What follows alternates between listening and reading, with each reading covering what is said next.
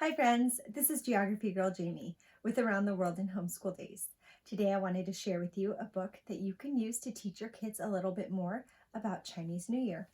This is called The Runaway Walk by Ying, Chang, Compestine, illustrated by Sebastià, Serra, a Chinese New Year tale. Got the lantern set up. You can see the silhouette of a Chinese New Year celebration. So colorful. There is a poor family that sends their son Ming to the market, trade these last few eggs for a bag of rice. And what does he trade it for? An old wok with no handle. Your wok is rusted and has no handle. Just then the wok sang out, "Boy, boy, trade for me. I am more than what you see." Ming had never heard a wok sing. He thought, this wok is magic. If it can sing, it must be able to do other amazing things. I love the illustrations and how you get a feel for what that marketplace is going to be like around Chinese New Year.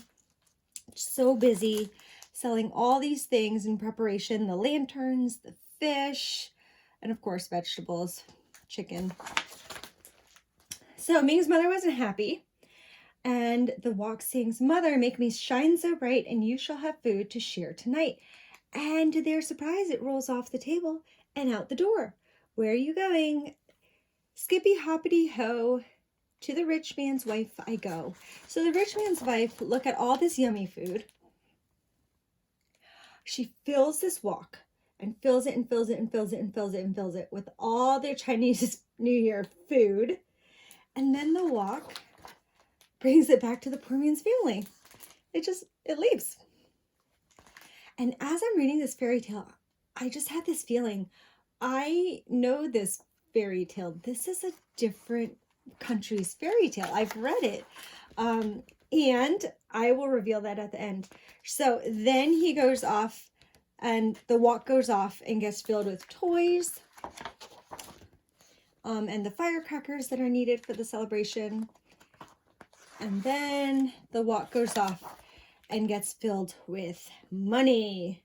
So now they're saying, "There's the wok that took all our food and my toys. I'll break it for stealing our gold." And the wok sang out, "I dare you three to try and catch me." So this is the very rich and selfish family in the village that doesn't share their wealth, I guess, especially at Chinese New Year. So they get taken away by the wok.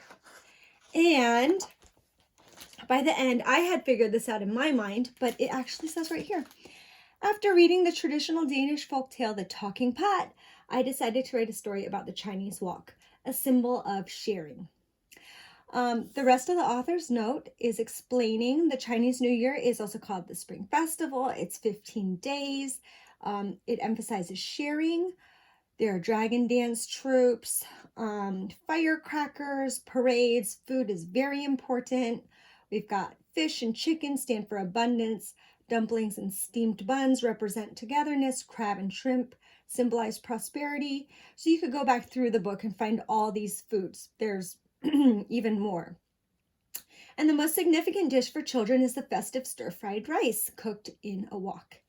The various ingredients in this dish represent harmony and happiness. So, and then a little bit, this is really useful. The cast iron wok was invented in China during the Han Dynasty. Even today, it is still the main cooking utensil used in Chinese cuisine. The northern style wok with one handle is slightly lighter than the southern style wok, which comes with two handles.